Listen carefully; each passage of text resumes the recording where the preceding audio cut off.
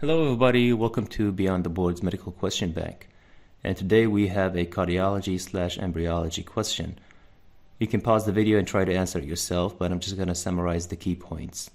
So we have a 38-year-old female who is presenting to the emergency department with sudden onset right arm weakness and difficulty speaking. She's got no past medical history but takes oral contraceptives. On examination, she has objective evidence of muscle weakness along with expressive aphasia.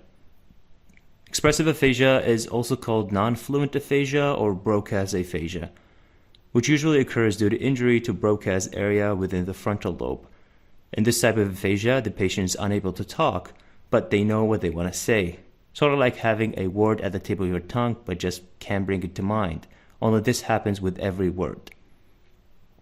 Okay, so we tell you that cardiac auscultation is normal, and then they send the patient for an MRI, which reveals an acute infarct in the left frontal lobe, which is where Broca's area is located, and also the motor cortex is located there as well. So this is most likely an ischemic stroke that this patient is having, and so they want to know why would a 38-year-old person get a stroke at a young age. So what they did next is injected agitated saline into a peripheral vein and then performed an echo which showed passage of bubbles from the right side of the heart to the left side. Then ask you what the most likely cause of the observed findings in this patient. Okay, so what they just did is called an agitated saline study or a bubble study.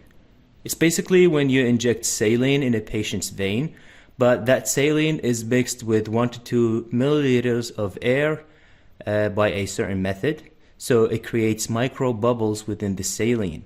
So we call this agitated saline. The reason why we do that is because we can see those bubbles on an echo. And these are going to travel from the vein to the right atrium or right ventricle. And if a person has a healthy heart, those bubbles will then go to the lungs and get absorbed there. But if a person has a shunt between the right and left side of the heart, this causes the bubbles to pass to the left side. And then we can see that on an echo. And if that happens, then it's a positive bubble study, which this person has. So that means this person has an intracardiac shunt. But how is a shunt related to the stroke? Well, this is due to the concept of a paradoxical embolus.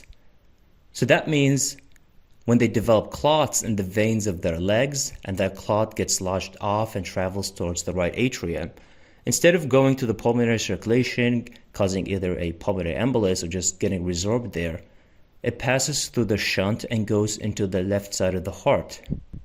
The left ventricle can then pump it into the carotids to the brain, causing a stroke as we have in this case. Furthermore, oral contraceptives may increase the risk of developing clots in the legs. This is called a paradoxical embolus. It's paradoxical because an embolus within the right side of the heart cannot reach the left side in a normal heart because it has to pass through the lungs, but it would just get stuck there and can't get to the left side unless they can bypass the lungs. And so given the normal cardiac auscultation, this patient most likely has a patent foramen ovale or a PFO acting as a shunt. So the correct answer in this case would be answer choice A, failure of fusion of the septum primum and secundum. So during atrial septal development, the two septums form. One is called the septum primum and the other at the bottom you can see, and I labeled it here in blue.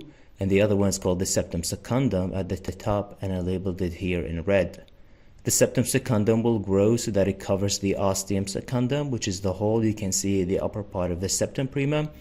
This opening created by the two septums and ostium secundum is called the foramen ovale, and since during fetal life the pressure in the right atrium is higher than that of the left, blood will pass through the foramen ovale from the right to the left.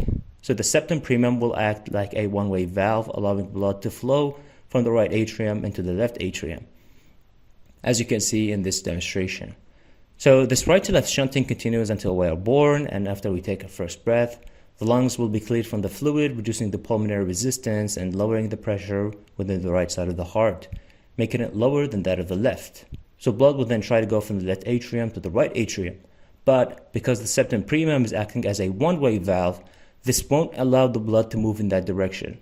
And the high pressure within the left atrium will push the septum primum towards the septum secundum.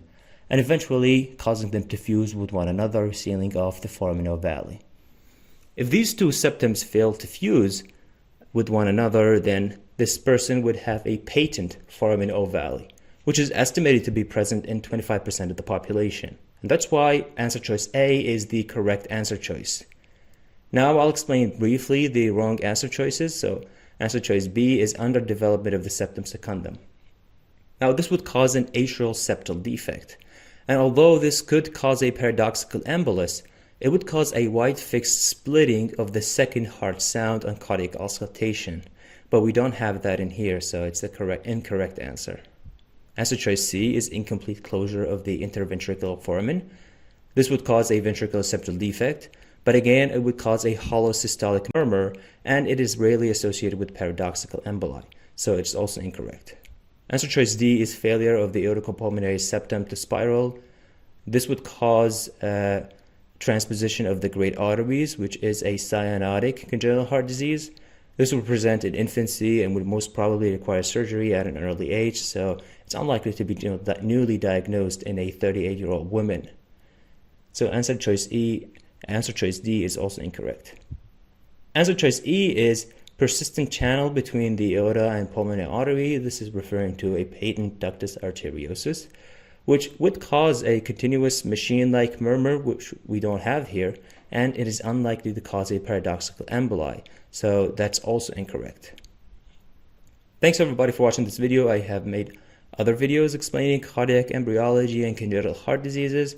If you want to learn more about them, I highly encourage you to go and watch them. Also have other videos from my Qbank series. You can watch them as well. Thanks again for watching this video. If you think these videos are helpful, please give it a like and comment something nice. I really appreciate it. This helps the video get suggested to other med students, and that really helps.